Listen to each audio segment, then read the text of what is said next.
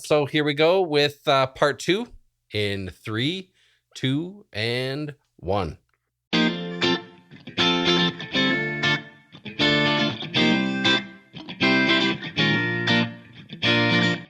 I'm Deacon Eric. And I'm Dr. Brett Salkeld. And you're listening to Thinking Faith. This is a podcast brought to you by the Archdiocese of Regina, where we attempt to navigate this winding road of faith in Jesus Christ so that we might know Him more intimately, love Him more profoundly, and together serve Him more deeply in our daily lives. Dear brothers and sisters in Christ, warm greetings in the risen Lord. This year of 2025 has been a Jubilee year, a time of grace, marked by the theme, Pilgrims of Hope. We've been reminded that Christ walks with us on the journey of life, and that we are called to carry His hope into our families, our parishes, and our communities. In the first letter of Peter, we are invited to always be ready to give an account of the hope that is within us, and to do so with gentleness and respect. Those words have guided us through this Jubilee year. They remind us that our hope in Christ is not meant to be hidden. It's meant to be lived. It's meant to be seen. It's meant to be shared with humility, compassion, and joy. That hope comes to us from our conviction that God loves us with a boundless love, walks with us in this wounded world, and in the life, death, and resurrection of Jesus, reveals to us a boundless mercy, promising a future full of hope. It is for us to carry that paschal hope deep within and to allow it to bear fruit in our words and our actions. That hope becomes tangible in 1,000 ways in the life of our parishes and in the ways we try to faithfully live the gospel. Throughout this year, I've witnessed signs of that hope across our archdiocese. I've seen it in parish communities who gather faithfully for prayer and worship. I've seen it in families who teach the faith to their children. I've seen it in people reaching out to those in need, to neighbors, in quiet acts of service and love. Hope doesn't always arrive in dramatic ways. More often, it shines through simple daily choices, choosing to trust God, to walk with one another, to carry another person's burdens. These small choices become a great light for the Church and for the world. The Archbishop's annual appeal seeks to be an instrument of hope, from accompanying and inspiring our youth and caring for our sick and dying, from the work of formation of disciples to the strengthening of parish communities, from reaching out to those in need to witnessing to the dignity of human life. In this year's videos, you will hear from rural communities persevering in hope and bringing that hope to others. You will hear a compilation of witnesses, each sharing their reasons for being bearers of hope. And we will hear a young person sharing how being accompanied on her faith journey has led her to a desire to cultivate hope in others. Every gift to the annual appeal is more than a contribution. It's an expression of hope. It's a way of saying, Christ is with us, and together, spread across southern Saskatchewan, we will live by and share the hope that comes to us from the gospel. Thank you for your faith, your prayers, and your generosity. May God bless you and your loved ones, and may Christ, our hope, guide us always on this pilgrimage.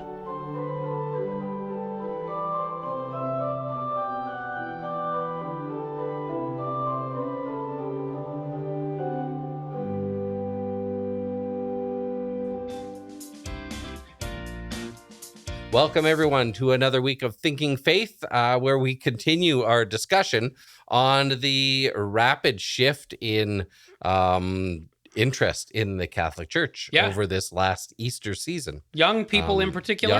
Men disproportionately, young men, becoming and Catholic. Primarily in the northern Western hemispheres. Right? I haven't seen a lot of data on this particular dynamic from Asia and Africa, which, by the way, like historically, for people who don't know this, there's data comes out every year about religious affiliation. And for every year that I've seen it, which is probably the last 15 to 20 years, Christianity is the fastest growing religion in the world. Yes. But that growth is largely Asia and Africa. Yeah, it's largely the global south. Right. And areas. So what we've been led to expect in the West is sort of slow decline. Yeah. And we've experienced it in certain ways. Exactly, yeah.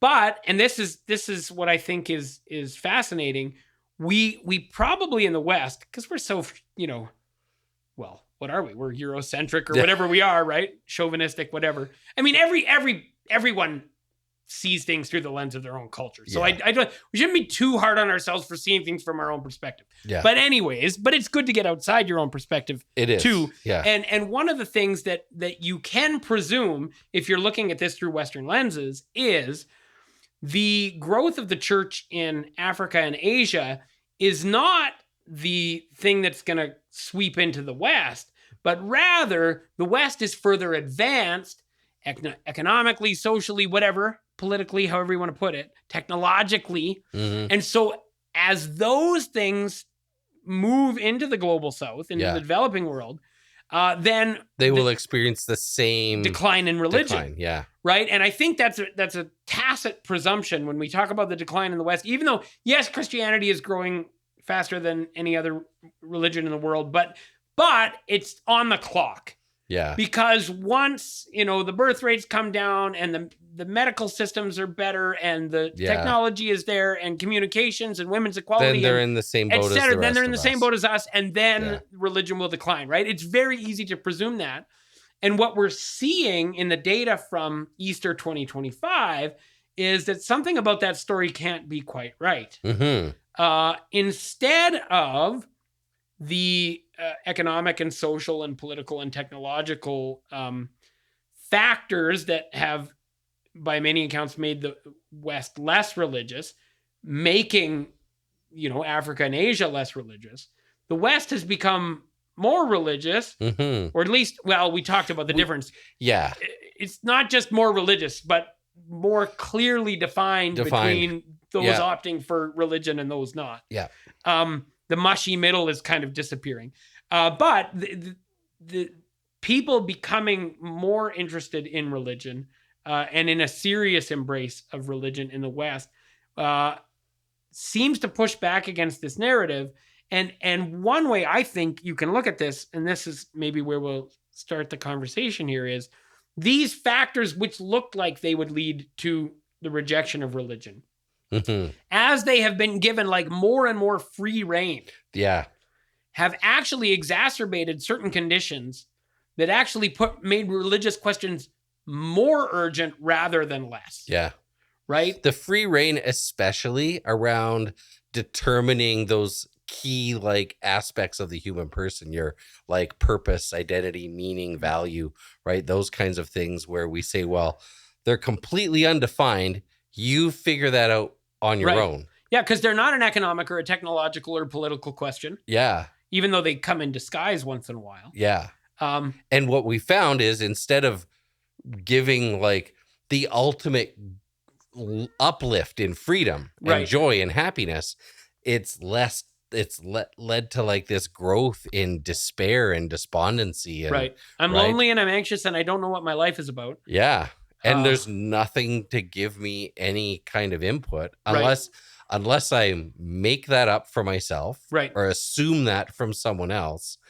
And then I'm forced into this quandary of carrying this treasure of purpose, value, and meaning that I know is arbitrary and made up. Right. It really is nothing. It's an empty vessel. Right. And I could change it tomorrow. Yeah. But so how valuable can it be exactly if I could just change it tomorrow? Right. And then there's related to that, of course, you have other things that sweep in. Nature abhors a vacuum. Yeah. Right. And so things like political extremism start to serve the function of religion, right? That's right. In terms of giving people their ultimate purpose and all that kind of stuff. Yeah. And the all market sorts and of political obsessions parties that people are happy to marshal that energy to their own ends. Yeah. But it does not seem great at leading to human fulfillment. Yes. When you go down that path, right? Yeah. And so I think we've seen a generation that was given sort of free reign, and then they were like, "Oh yeah, this isn't working." Yeah, this doesn't lead to the promised land. Yeah, that I was told about. Yeah, you realize the checks are bouncing. Right. And this is what we mentioned a lot in part one. The converts tell us this. Yeah. Right. So when you speak to the new Catholics, a a lot of things they say is like the world does not offer us any clarity on what life is about. Yeah. It's a muddled mess. And so the number one thing that I saw in interviews and stuff was this sense of like the Catholic Church offers clarity. Yeah. Which, you know, we've been taught for a few decades to apologize. And like, as a theologian, you know, I love nuance. I don't want oversimplifications, yes. right? Which is, and that would be one of the things we want to watch for is the oversimplification of everything. Right. But to recognize that, that the clarity that we offer within our Catholic faith is like this robust clarity and mystery. Right. That you can, as a human person, continue to wrestle with, but there are like we always say, we talk about mystery, right? There will always be real things you can know. Right. Real definitive things you can know. And there'll always be more to discover about that. And this, when you get that, like that is so satisfying to the human person because you don't want muddledness, but you also don't want rigidity. Exactly. And now, depending on where you're coming from, if you came from over rigidity, you might like something a little mushy.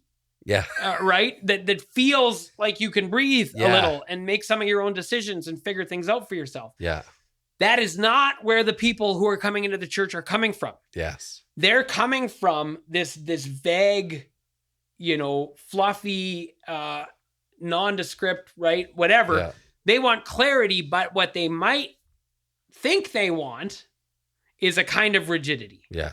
And so this is the balance. And this is a pattern I think we can walk through in this episode is there are good and true things that people are seeking in the church and they tell us. Yes. Right. But there are also there's shadows to those there's things. Shadow sides to be aware of. Yes. And I mean, with new converts, I don't think scolding them early on is the best move. No. But it does highlight the need, and this is something that our 21st century church and even the 20th century kind of lost sight of, is the need for ongoing accompaniment for new people.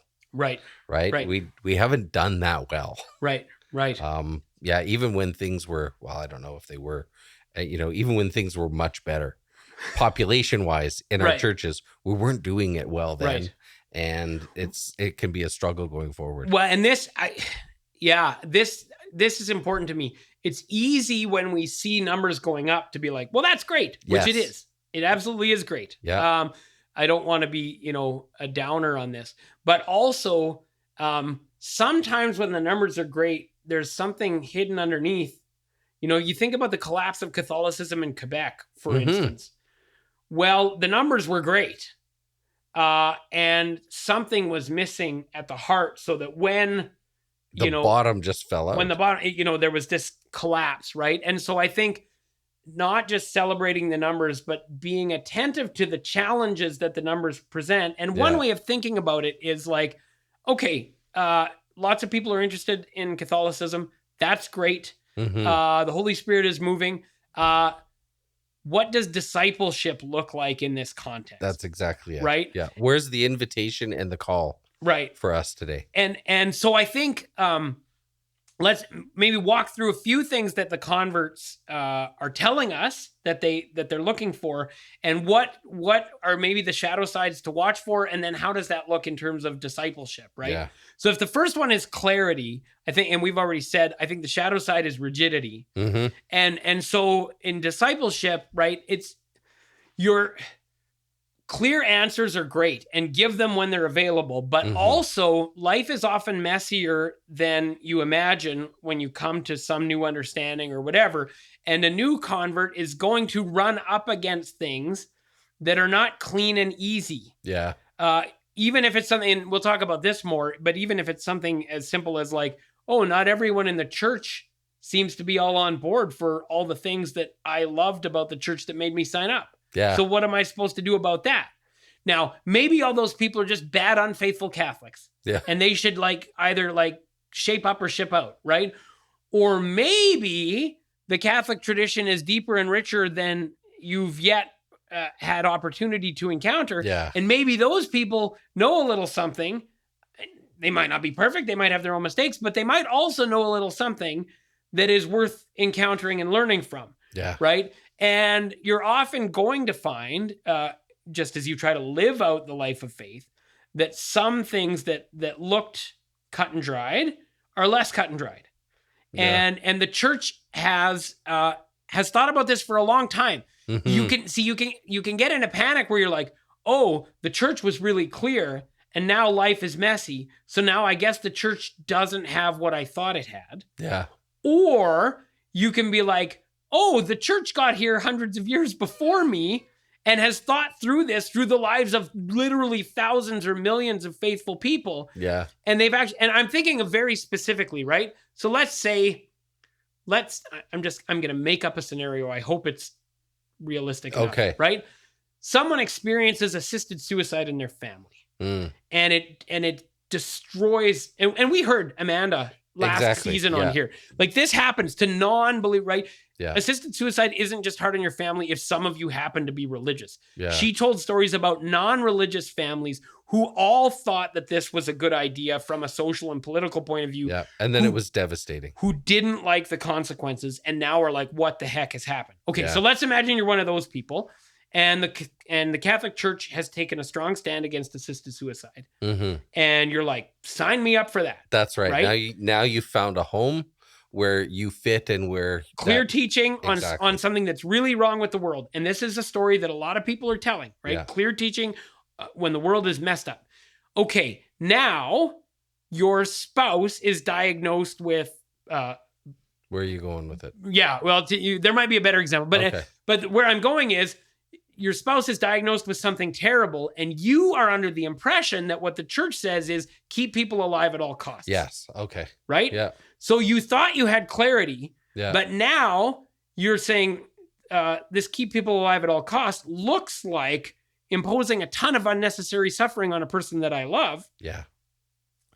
And so this clarity, which was unfortunately rigidity, maybe through for innocent reasons, needs to be deepened and nuanced. And you need to find out that the church never says anything like you must keep people alive at all costs, and that pain management, and even to the point of double effect, where you could do something for pain management purposes that will shorten someone's life, may foreseeably shorten life, even though that's not intended. That could be a legitimate and ethical medical intervention. Mm-hmm. All right, so your rigidity led you to a crisis that could be interpreted as, well, the church is now wrong because I've got, right? Or no, the church has thought about this. You could do the same thing with something like gender stuff, right? Mm-hmm. So a lot of people think, well, the world's gone crazy on gender stuff. The church is clear about gender. Mm-hmm. Well, the church is clear about gender, but also the church is not rigid. Yes. And there are some expressions of Catholicism or some voices within Catholicism that are more rigid than the church's teaching that don't leave room for anyone who is struggling with identity and right, or even just someone whose experience of their gender doesn't match the basic pattern that's expected in their culture. Yes, culturally. It's like Joan of Arc, anybody? Like we have room for this without saying you're not really a boy or you're not really a girl because of your preferences for clothing or toys, which a lot of people say, well, that's crazy. Yeah. But we don't say, therefore, all girls need to act like stereotypical girls. That's just, that's making the problem worse. Well, if you come in thinking that Catholicism is the place where you can double down on your rigid gender stereotypes because Catholicism is rejecting the craziness. Yeah. And then you have a child who's gender nonconforming. Yeah. And all of a sudden you don't know if Catholicism has room for this person because when you came in, you had a rigid vision of that. Anyways, we can multiply examples. Yeah. There's a whole host of similar type scenarios. Right. Where the hope would be that those coming in seeking clarity would find a brand of clarity that always has room for the other. Right. And that accommodates the messiness of human life. Right. Even if it's to the extent of, in the midst of human struggle with any of these issues, there's Christ and his cross and his mercy walking with us, even if we do this walk poorly. Right. In whichever context that might take. Right. Which doesn't necessarily align with a very rigid black or white.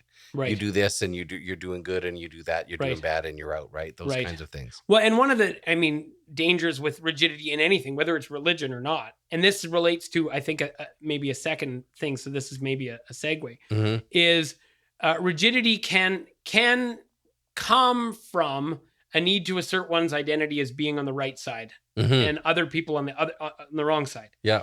And Catholicism should not be feeding an us versus them dynamic, right? Yeah. Everyone is a potential member of the church. Yes. Right? There's not good guys and bad guys. There's the messy Catholics and then the messy potential Catholics. Those are the two groups of people from the church's point of view, right? And so watching for that. But so this relates to, I think, as I had 3 C's. I gave this talk at St. Henry's in Melville.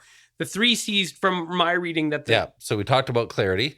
That the converts say they're looking for clarity. A second one won't surprise anyone is community. Yeah.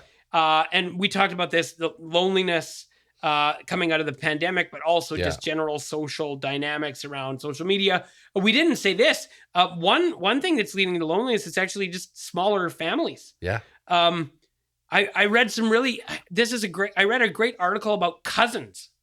Yeah. So cousins provide a very important social function. Sometimes they're your best friend, but they don't have to be. No. There's someone who you can have a relationship with for 50 years, who you see semi-regularly, but who knows you, who gets along with you, and who in a crunch is there. Yeah. Whether or not they're that close in terms you see each other and instantly there's this family bond remains. Right. Yeah. In spite of intervening years, right? All of that all stuff. That's common experience. You have stories about grandma and grandpa, all this kind of stuff, right? The family cabin, whatever it was. You have all this common store of memory and identity that you share with somebody. I know people, even recently, I've been in conversations with people who've gone back to to hometowns, whether it's in Ireland or Germany or place like that. And met cousins. They meet cousins and all of a sudden they're like, well, no, you don't need a hotel room. You are family. You come and stay with us, right? And they've never even met. Never met, right? Right. Maybe don't even speak the same language. Right. And yet we're cousins. We're family. This is how we take care of each other. And I think a lot of us haven't thought very explicitly at the social role of cousins. But this article that I read said knowing you've got a safety net, knowing that there's someone who loves you, even if they don't share all your values or all or all this kind of stuff, is like a really valuable thing that most of us had. And now there's more and more people who don't have any cousins. Yeah.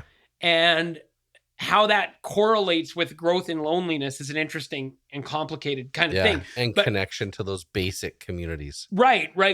So one of the things that happens if you don't have siblings or cousins is once certain people die in the previous generation, you lose all connection. Yeah. Because those other the family tree is only vertical. Yeah. So as those branches die off, you're untethered. Yeah. Whereas cousins are a horizontal bar on the family tree. Yeah.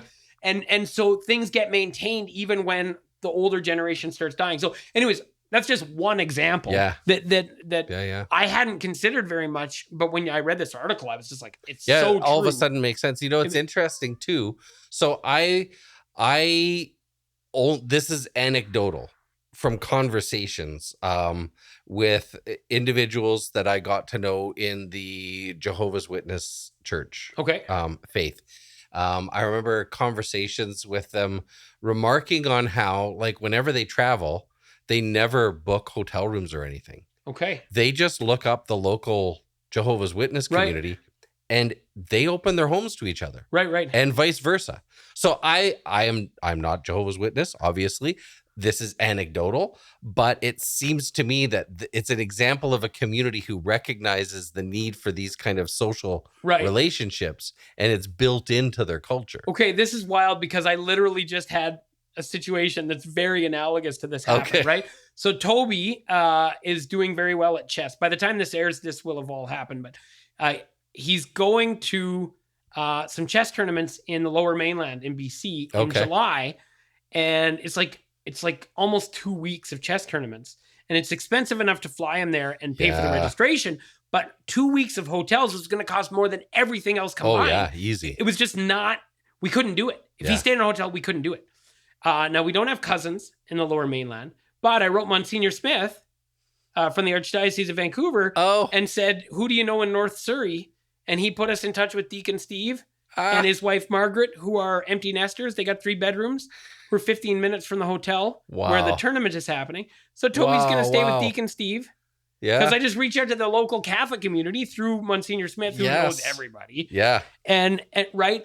But yeah, so can the church, well, obviously it can, right? Can we be intentional when we're thinking about stepping into that place? Yeah. The broader thing, okay, people are looking for community. Well, everyone knows that. That's not news. But that people coming to the church are seeking and finding community that takes a certain form within Catholicism, I think is a valuable thing to notice. Yeah. And I watched an interview with Sam Harris, the atheist. Oh, yeah. Sam Harris. So this was a fascinating thing. So Sam Harris was one of the new atheists who for years sort of the basic dogma was religion is bad answers to science questions. Yes. Right? We don't know where thunder comes from, so Zeus. Yeah.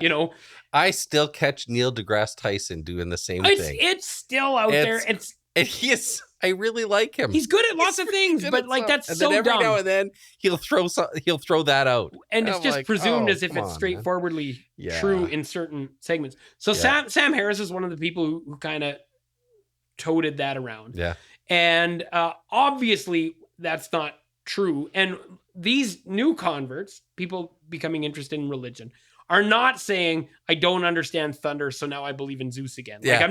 I don't find the scientific explanation for thunder compelling, therefore I'm becoming religious. Therefore I'm religious. Right? So then the atheist narrative needs supplementing to make sense of this dynamic. And so now I'm seeing more conversation in atheist spaces about, religion provides community and people are lonely and religion provides this, right? Mm-hmm. And the interview I watched with Sam Harris was so interesting because the person interviewing him put the question to him like, well, if people are lonely and if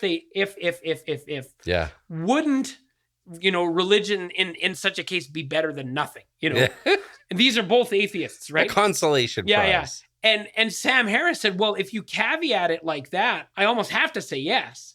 You haven't really given me an option, know. But he said, what makes religion is that it's got to have the crazy ideas. Otherwise, we're just deciding who's bringing egg salad and who's bringing dessert to the potluck, Potluck, yeah. And I thought he's right. I mean, I don't think that the ideas are crazy and false. That's it, exactly. But I think the thing that he's right about is you can't just do community for community's sake. Yeah. And I think as a church, we have failed when we highlight community as the central thing, which is good and true, of course. Yes. But when we highlight it independent of what the church is about, our relationship with God, right? If it's community for community's sake, then we're going to become indistinguishable from an atheist club or whatever. And no one's going to have a reason to show up. Yeah. And so you actually do need what Sam Harris calls the crazy idea. Yeah. You do need a compelling narrative, a set of ideals, a set of common goals, an agreed upon purpose, common beliefs. Yeah. Community is ordered towards something. It doesn't function in and of itself. Yeah. It won't be self-perpetuating. People are going to find better things to do. Yeah. And so I think when we think about responding to the converts who come seeking community, good. Yeah. But make sure that it's a community with a purpose. Yeah. Right. That is explicitly tied to Christian mission, Christian living. And this is something again that our parish communities, our churches have struggled with in kind of the whole idea, well, people won't come if it's a religious thing, so we'll have just a dance. Right. We'll just do a potluck. We'll just have a barbecue. We'll just, all of these things. We'll just have a game night. Right. Don't have youth groups that are too religious. Right. Right. Just get the kids together and play floor hockey. Right. And what people started to realize is there's other community organizations that do that. Right. And why and so this one's on a better night for our family, so we'll just do this thing instead, right? That kind of thing. Yeah, right? Yeah. I think that's exactly right. And another place that I've seen this is like this big emphasis on like friendliness and welcoming, which like I have no problem with being friendly and welcoming. No, that's part of the rule of St. Benedict. Right? Like I have no problem with it at all. But if you think that the reason people come to church is because you're friendly. Yeah. You can go to McDonald's. That's right. Or Walmart. Right? I mean, our dog kennel boarding place, some of the friendliest people. Right. And they're not going to feed my need for faith community. Right. So welcoming people looking for community, like, please be as friendly as you want. Yeah. But if you think that that's the differentiating factor that people are looking for, try again. Yeah. Because they're looking. No, and your welcoming and your hospitality needs to be rooted in an incarnational mindset, right? Like rooted in the idea that you are an encounter with Christ as you encounter the Christ at the door, as that needs to be your grounding point. Right. For how that. And they came here looking for something specific. Exactly. Right. Yeah. You're offering them Christ. And friendliness can be a door to that. Yes. But friendliness is recognize not what they came looking for, right? Exactly. Yeah. So I think so community. So we've done the like, what does it look like? But I want to do the shadow side. Yes. I think one of the dangers with looking for community, I mean, that's not the right way to put it.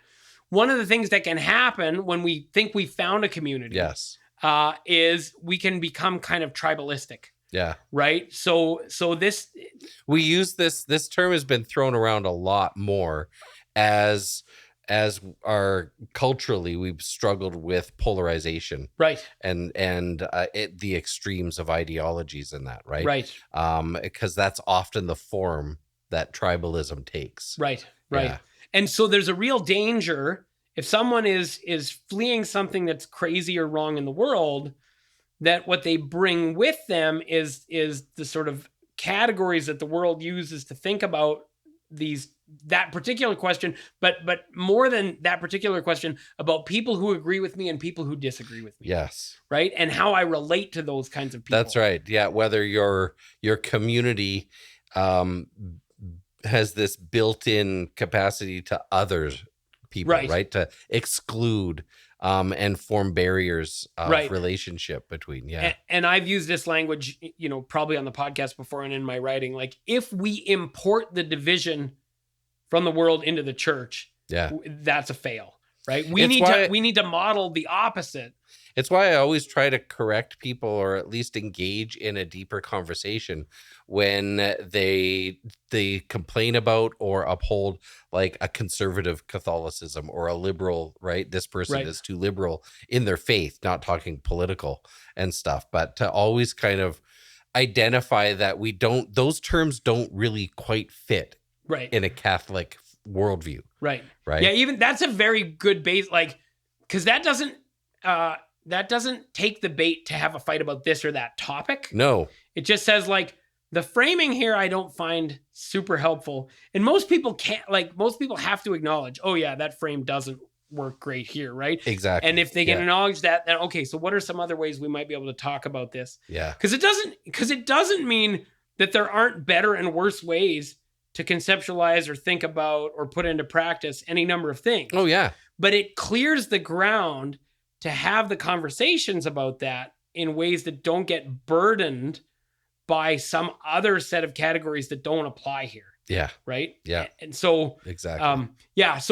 So to watch for tribalism, and as we're thinking about discipleship of new converts, to invite them into a broader reception. And okay, there's two different kinds of things I want to highlight. Okay, we've talked about ideological differences with other people you might find in the pew. So that's one kind of thing where there might be division. Then there can also be, forget what they think or believe or whatever. There can just be a kind of Puritanism that's like, oh, there's a bunch of sinners here. Yeah. Regardless of what they think about politics or how they vote, like, these people gossip and fornicate. Yeah. Just like that world that I tried to get out of the world. Right. Yeah. And so also having a sort of a generosity of spirit. Yes. Which doesn't mean not holding the Christian community to high standards, but I don't think it's not the job. It's too much of a burden on the conscience of the new convert to be like, oh my gosh, I always remind people that yes, Jesus, Jesus identified like sinners and and invited to repentance for that. Especially like when we think about that call to fraternal correction, right? Which is where people often will lean on, right? It's like Jesus says, well, if you disagree with somebody or somebody's doing something scandalous, go and talk to them about it. And then if they don't change their ways, bring an elder of the church and go and talk to them about it. And if they don't change their ways, bring 2 other witnesses, right? If they still don't change their ways, then treat them as like sinners and tax collectors. Right. And we immediately stop there and think, well, okay, now I have permission to kick them out. Yeah. But you got to read the stories about what Jesus did with sinners and tax collectors, right? And I'll have these conversations with people who are like, well, this is just so scandalous. These people should go and stuff. And we have this conversation. And I'm like, so really what Jesus would like you to do is invite them to dinner. Right? Or invite yourself to dinner. Right? Sit down, have a meal, get to know, right? Build. Obviously, there's more relationship building that needs to be done here in Christ. Right. In those situations, which breaks down those walls of othering, and like pushing people out to the margins. Right. The healthiest communities I've seen, like where the church is growing, and people are feeling welcomed or whatever. I'm picturing a parish I was at in the States, and it's just like they don't have any illusions about their own like, holiness. Like, their challenges and struggles, right? The messiness of being human in a divine institution. I was at this parish where they were having like this like old school like family dance. It's a group of families who sort of committed together to be really restrictive on like screens with their kids. And they're like, so we got to provide some like real world communities, or we're going to play instruments together. We're going to have like all great stuff, right? This is super awesome. And then having a conversation with some of the parents who were talking about like, oh, this kid causes me, so much all this grief. And the one dad said, like he's going to get somebody pregnant, and like he may or may not, it wasn't a guarantee, but he was like, we will struggle with this child on this question, like, and it wasn't like, oh, everyone was like aghast and like needed to shame this family or whatever. It was just like, all of us have something going on. There's some kind of, how refreshing would a community like that be, right? It just felt, because a lot of people from the outside would look at that community and expect them to be kind of puritanical. Yeah. But see what happens then is when families are struggling with something that one of their kids is going through, and the culture or has become very like holier than thou, then that family starts to feel marginalized and isolated because they can't talk about what they're going through. And they all think that none of the other people are going through it when probably they're all going through. Yeah. This is the whole foundation of our mental health ministry, is providing space for it to dispel exactly that kind of stigma that prevents people from connecting and getting support at exactly the times when you need connection and support. Right. Yeah, exactly. So healthy community does not imagine a bunch of perfect people just because it's the church, all that kind of. So there's the ideological and political lenses. That's one kind of question, but also just like, you're going to live with a bunch of sinners. Yeah. Welcome. Like, welcome. That's why you belong here. Not because we all got it right. Yeah, exactly. Good. Yeah. All right. So we've got a few minutes left. Yeah. So the third one that I didn't. So clarity, community, and the third is contemplation. The people we live in a world that's just our brains feel fragmented all the time. Yeah, you can't think deeply about any one thing. I don't know how often I've had like an idea in my head that if I don't write it down right away, it's like gone.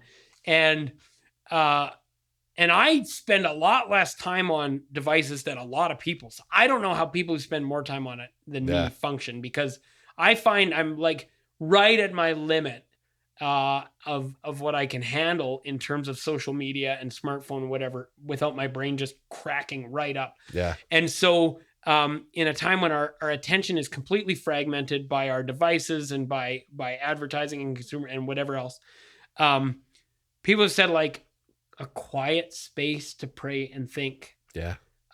So a practice like adoration. Yeah. Which is on the rise. Which when I was a kid getting first communion in the late 1980s. Yeah. Was not even mentioned. No. I didn't even hear that it was a thing. In parish ministry through the 90s, through the early 2000s. I would say the first 15 years, we struggled to have anybody come to adoration. Okay. To the point where eventually it just dropped off at our parish. Right. Because nobody came. Right. And I never heard of it until I got to university. Yeah. So I grew up in a Catholic family, in a Catholic parish, in a Catholic village. And I never heard of it. Yeah. And I think anyone, if I would have said, in 1992 to my parish priest or my parents or whatever, like, what's this? I'm reading some old book, what's this thing? What's this adoration thing? Oh, that's the thing we used to do like before Vatican II, but we don't do that now because because Christ is in the whole community or so. I don't know what, it was something like that. Right. Yeah.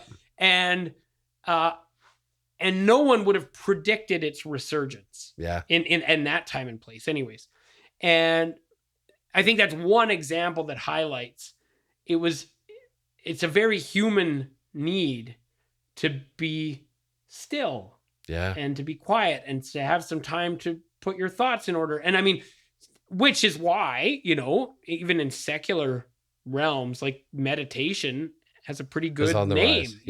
People want to like be able to collect their thoughts, right? I have to say, when I'm leading retreats, those retreats where I feel guilty that like I'm only maybe giving like 10 or 15 minutes of content every couple of hours. Right.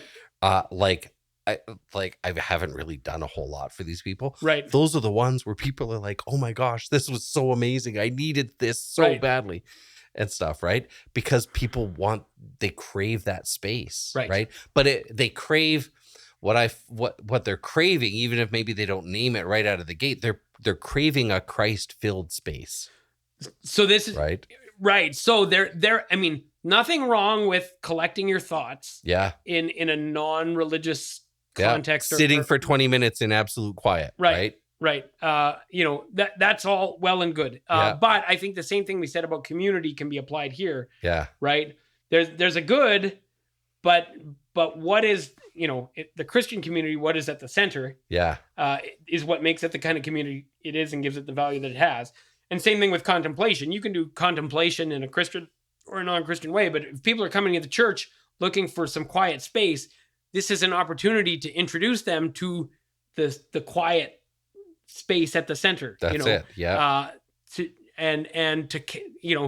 To connect them with the source of their being. That's it. Exactly. Right? The source of all those other things they're looking for.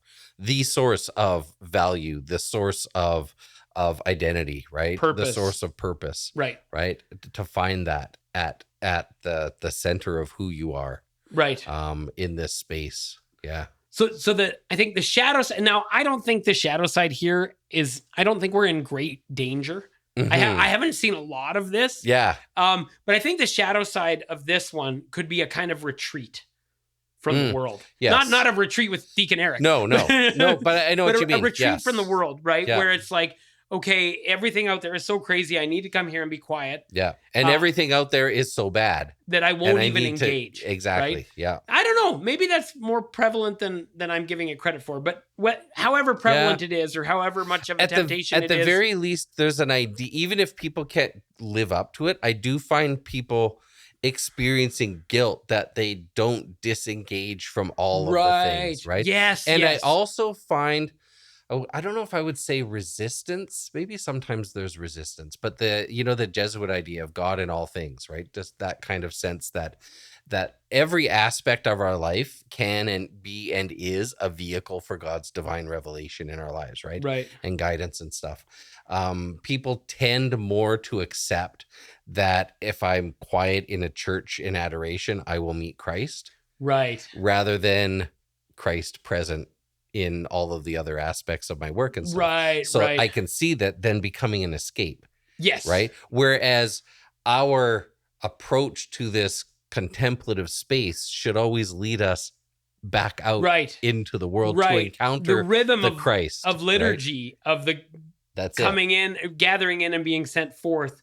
Yes. Right. That's that constant, right? Right. We go into desert spaces and then we're sent back out into the world. Yeah. Right? Yeah. Now, let's build some tents.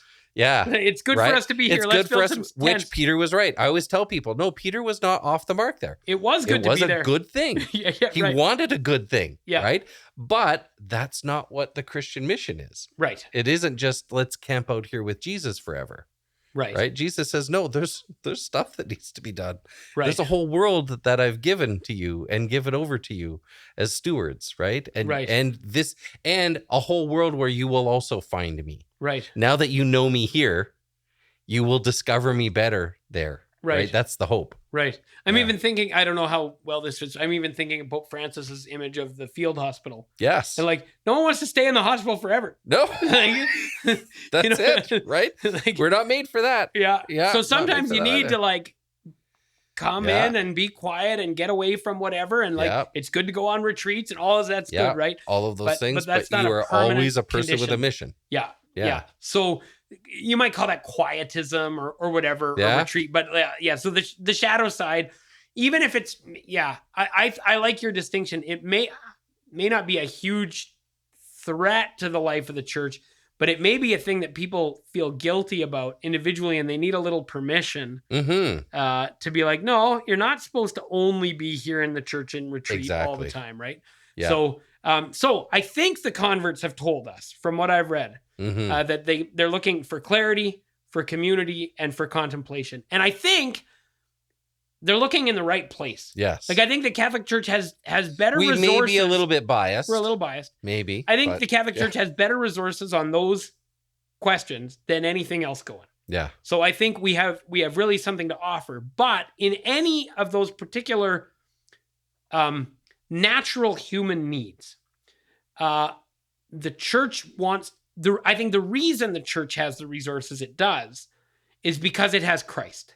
Yes. And so, which is what we've kind of been inserting into the middle of all of those areas. Exactly. Right? So if any of those things are sought for their own sake, you'll only get so far. Yeah. But eventually the church will be indistinguishable from any number of other institutions that may or may not do this or that better. Yeah. Right?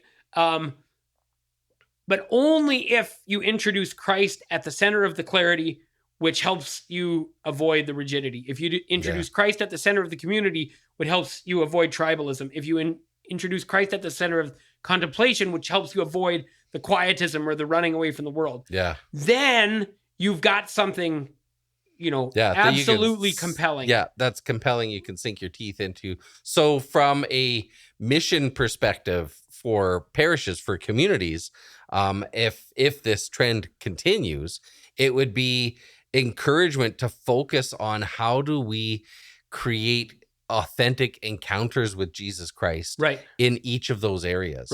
Right. And recognize and ensure that Christ is at the center of the work that we're doing. Right. So being able to evaluate the stuff that we're doing and the things that we're offering, the way that we're receiving people in an honest way, to ask, is Christ at the center of this? Are people encountering Christ in an authentic way? Right. Deacon Lamont said, this was before this Easter, but he was already noticing people showing up at St. Joe's in Moose Jaw. Yeah. And he said, for the first time, he'd been in parish ministry for 2 decades or something like that. He said, there's people showing up at church because the church is offering something that the world isn't offering. Yeah. And the world seems crazy and the Catholic Church seems some point of stability. But they haven't met Jesus. Yeah. And he's like, so I have an opportunity to present Jesus. That's it. We have an opportunity. but I shouldn't just assume that because someone's coming to church that they know Jesus or that they've or that they're even interested in Jesus. They might not even know. That puts us right back to where we were like 40 years ago, where our churches were full, 50 years ago, where our churches were packed, and we felt, well, we were done. There's nothing else we need to do. People are showing up. Right. And what we've seen is the decline of, I think in some ways at least, predicated upon people not encountering Christ in a transformative way in those communities. And so, there's an opportunity for us to be really intentional and conscious about how we're doing that. Right. Yeah. Right. Excellent. So, great discussion. Great episode. Yeah. Well, I hope we found a few things to talk about. Yeah. So, yeah. We haven't run out of material yet. That's right. All right. So as always, we want to thank you for joining the conversation this week on Thinking Faith. We continue to pray that God may bless you and those you love with a faith that is always seeking understanding. St. Ignatius and St. Thomas, pray for us. Amen. Amen.